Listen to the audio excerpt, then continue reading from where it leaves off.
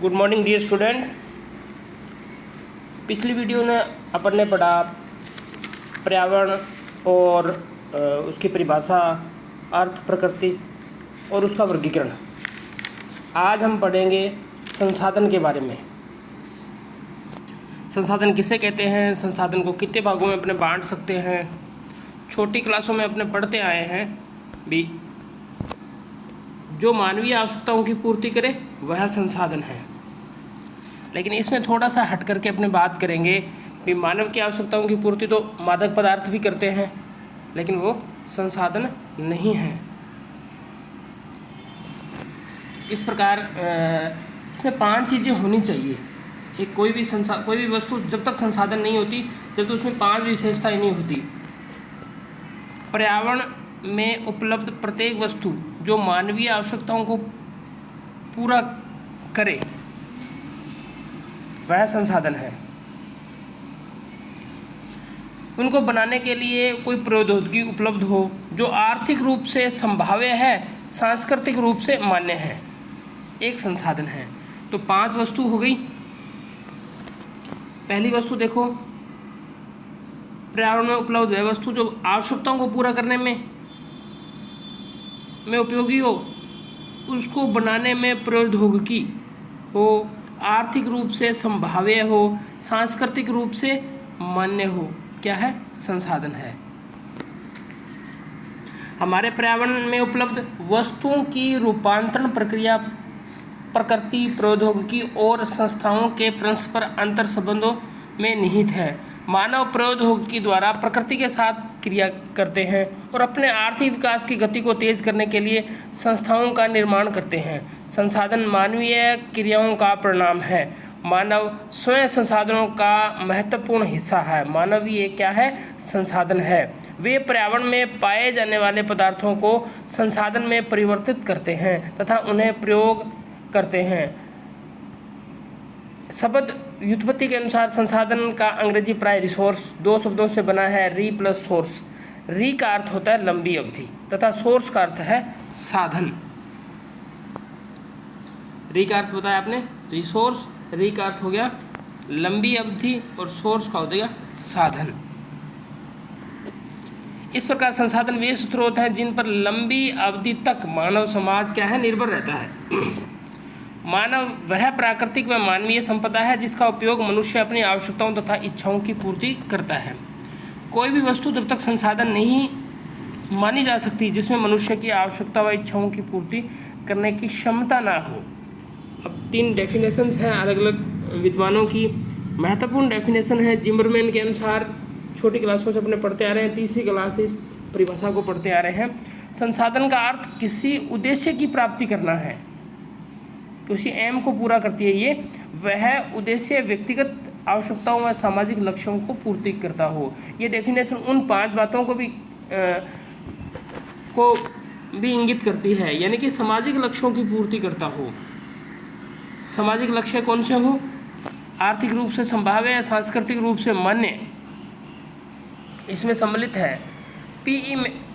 मैकनाल के अनुसार प्राकृतिक संसाधन वे संसाधन हैं जो प्रकृति द्वारा प्रदान किए जाते हैं तथा मानव के लिए उपयोगी हैं। जेम्स फिशर के अनुसार, जिमरमैन और फिशर की परिभाषाएं खूब आती है संसाधन में। संसाधन वह वस्तु है जो मानवीय आवश्यकताओं और इच्छाओं की पूर्ति करती है। इस दृष्टि से जल, वायु, सूर्य प्रकाश, ताप, मिट्टी, भूमि, वन, वन्य प्राणी, मछली, खनिज एवं शक्ति का साधन आदि सभी को संसाधन की संज्ञा दी जा सकती है। ये तो इतने लिखे हैं, लेकिन एक मेज क्या है अपने लिए? संसाधन है, मानव ने निर्मित किया। आगे जीवन में इस बात को प्रकट करेगा, क्योंकि इसमें मनुष्य की आवश्यकताओं तथा इच्छाओं की पूर्ति होती है। प्रकृति ने मनुष्य को प्रचुर मात्रा में संसाधन प्रदान किए हैं, परंतु जब तक किसी वस्तु का उपयोग मानव की आवश्यकताओं को पूरा करने में नहीं किया जा सकता, तब तक इस प्राकृतिक संसाधन को संसाधन की संज्ञा नहीं दी जा सकती। यानी कि यूरेनियम का पहले उपयोग नहीं था तो एक केवल पत्थर था, आज यूरेनियम का उपयोग होने लग गया तो वो क्या है? संसाधन बन गया। अपने आर्थिक विकास की आदिम अवस्था में मनुष्य प्रकृति द्वारा प्रदत्त जीविकोपार्जित साधनों पर निर्भर रहता था। धीरे धीरे मनुष्य ने उन्नति की और नवीन तकनीक तथा प्रौद्योगिकी उपलब्ध होने लगी। मनुष्य ने अपने ज्ञान तथा परिश्रम द्वारा प्रकृति के रहस्यों का पता लगाया कल की प्राकृतिक संपदा को आज के संसाधनों में बदला। उदाहरण स्वरूप यूरेनियम का महत्व पिछले कुछ वर्षों से बढ़ा है क्योंकि उसमें अब परमाणु ऊर्जा की प्राप्ति की जाने लगी है। निष्कर्ष रूप से हम कह सकते हैं कि कोई भी प्राकृतिक संपदा तभी संसाधन का रूप ले सकती है जब मनुष्य ने उपयोग करने में वैज्ञानिक तथा तकनीकी क्षमता प्राप्त कर ली हो। मनुष्य की इच्छाओं व ज्ञान बढ़ते जाते हैं, इसमें नए संसाधनों का उपयोग होने लगता है। जिमर्नर ने एक डेफिनेशन दी थी, ये कई बार कंपटीशन एग्जाम में पूछी जाती है। संसाधन होते नहीं हैं, वे मानव के सहयोग से बनाए जाते हैं। संसाधन होते नहीं हैं, वे मानव के सहयोग से बनाए जाते हैं। इस पृथ्वी पर कोई भी वस्तु जब तक संसाधन नहीं कहला सकती, जब तक उसमें निम्नलिखित दशाएं पूरी न की हो। 4 बातें हैं इसकी। वस्तु का उपयोग संभव हो, इस वस्तु का रूपांतरण अधिक मूल्यवान वस्तु के रूप में किया जा सके, मानव के पास पर्याप्त वैज्ञानिक क्षमता तकनीकी कुशलता होनी चाहिए जिसकी सहायता से संसाधनों का दोहन हो सके। संसाधनों के दोहन के लिए पर्याप्त पूंजी उपलब्ध होनी चाहिए।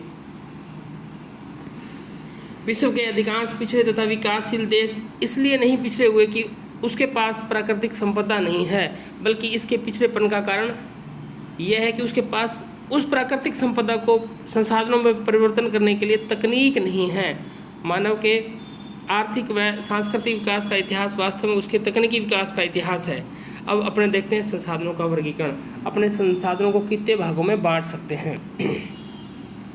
संसाधनों के वर्गीकरण के कई आधार हो सकते हैं। किसी विशिष्ट साधन को विशिष्ट वर्ग में रखा जाए, इस बात पर निर्भर करता है कि इसमें हम किस दृष्टि से देखते हैं, या विभिन्न आधारों पर संसाधनों को वर्गीकरण किया जा सकता है। अब फर्स्ट पढ़ते हैं उत्पत्ति के आधार पर। उत्पत्ति के आधार पर 2 प्रकार के संसाधन होते हैं, एक तो जैव और एक अजैव। अजैव जिसमें जीवन नहीं होता, जैव जिसमें जीवन होता है। फिर होता है समाप्यता के आधार पर नवीकरणीय योग्य और अनवीकरणीय योग्य। स्वामित्व के आधार पर व्यक्तिगत संसाधन, सामुदायिक संसाधन, राष्ट्रीय और अंतर्राष्ट्रीय संसाधन। विकास के आधार पर संभावी, विकसित, भंडार और संचित कोष। इस प्रकार हम इसको कई भागों में बांट सकते हैं। अब बात करते हैं उत्पत्ति के आधार पर। पहले बात करते हैं जैव संसाधन को। वे सारे संसाधन जो निर्जीव वस्तुओं से बने हैं अजैव संसाधन कहलाते हैं। जो जिसमें जीवन नहीं पाया जाता वे अजैव संसाधन। उदाहरण के लिए चट्टानें, धातु, ये सब क्या है, मिट्टी भी क्या है, एक संसाधन है। समाप्यता के आधार पर जैव संसाधन समझ ही गए होंगे आप, जिसमें जीवन पाया जाता है, अपने हैं, जीव मंडल में सब प्राणी, ये सारे के सारे जैव संसाधन के अंतर्गत आते हैं। फिर है नवीकरणीय योग्य संसाधन। ये है समयपात के आधार पर अपने इसको 2 भागों में बांटा, एक नवीकरणीय योग्य और एक अनवीकरणीय योग्य। पिछली बार ये प्रश्न आया था। वे संसाधन जिन्हें भौतिक, रासायनिक या यांत्रिक प्रक्रियाओं द्वारा नवीकृत या पुनः उत्पन्न किया जा सकता है, यानी कि नवीकरणीय, नव प्लस करणीय, यानी कि द्वारा उत्पन्न किया जा सकता है, उसे नवीकरणीय योग्य तथा पुनः प्राप्ति योग्य संसाधन कहा जाता है। उदाहरण के तौर पर सौर ऊर्जा को प्राप्त कर सकते हैं, पवन ऊर्जा को प्राप्त करते हैं, जल ऊर्जा को प्राप्त करते हैं, वन और वन्य जीवन को अपने प्राप्त कर सकते हैं। अब बात करते हैं अनवीकरणीय संसाधन की। वे संसाधन जिन्हें भौतिक, रासायनिक या यांत्रिक क्रियाओं द्वारा नवीकृत या पुनः उत्पादन नहीं किया जा सकता, इन्हें नवीनीकरण योग्य या पुनः पूर्ति योग्य संसाधन कहा जा सकता है। ठीक है। समाप्यता के आधार पर अपने 2 भागों में बांटा था, एक तो नवीकरणीय योग्य और एक अनवीकरणीय योग्य। ऐसे संसाधन जिसको प्राप्त कर लिया तो वो नवीनीकरण हो गए। अनवीकरणीय वे संसाधन हो गए जो जिसको प्राप्त नहीं किया जा सकता, वह हो गए अनवीकरणीय। उन संसाधनों का विकास लंबे भू वैज्ञानिक अंतराल में होता है। खनिज और जीवाश्म ईंधन इस प्रकार के संसाधनों के उदाहरण हैं। इसके बनने में लाखों वर्ष लग जाते हैं। इनमें कुछ संसाधन जैसे धातुएं पुनः चक्रीय हैं और कुछ संसाधन जैसे जीवाश्म ईंधन अचक्रीय हैं, एक बार के प्रयोग के साथ ही खत्म हो जाते हैं। बात समझ आ गई होगी।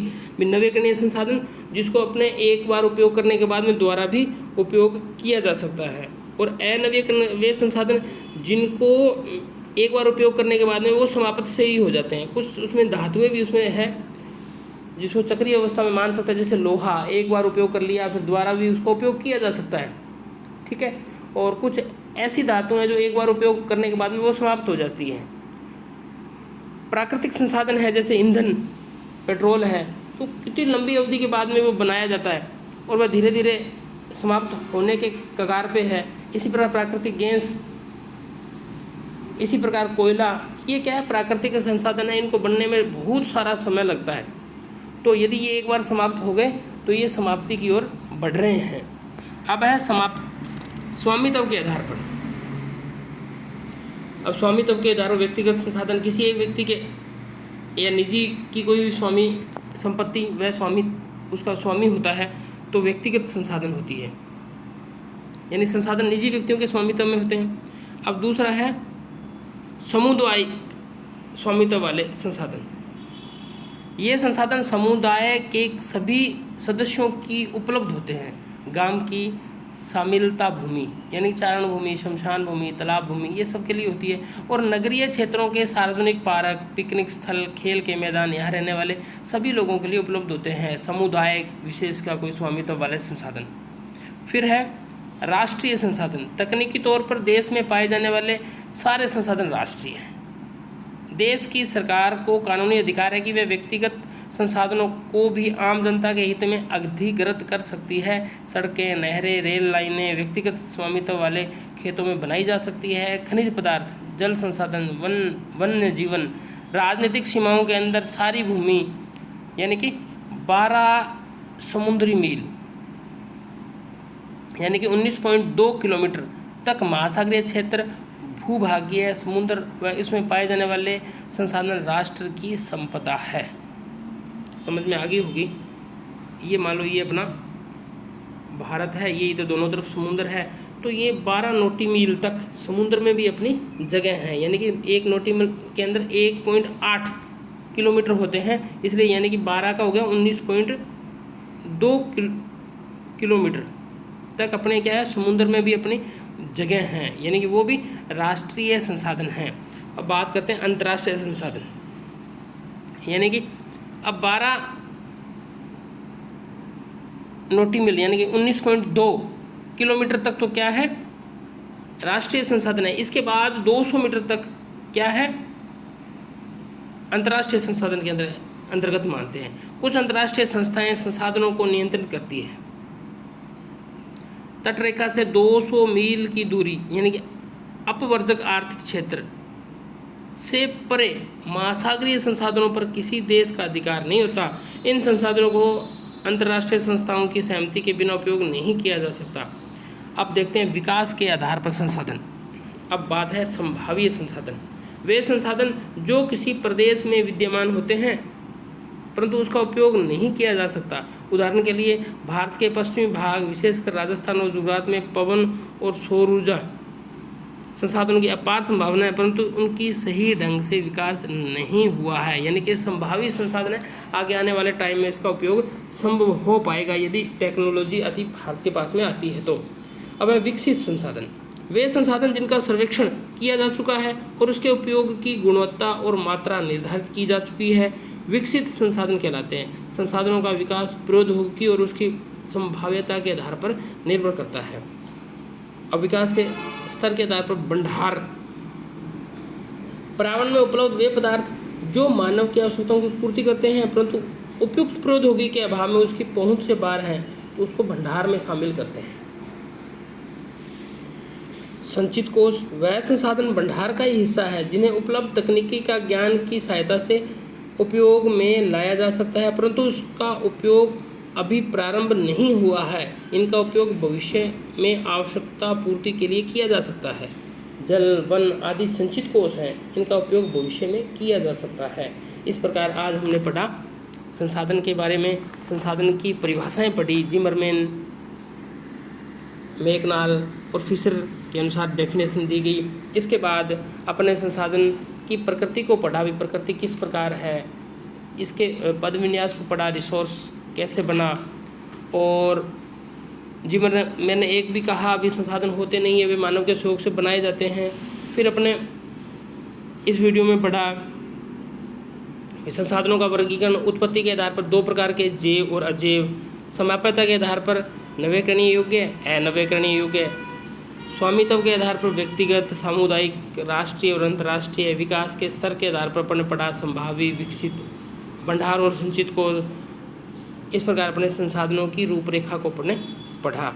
आपको निश्चित रूप से समझ में आया होगा। धन्यवाद।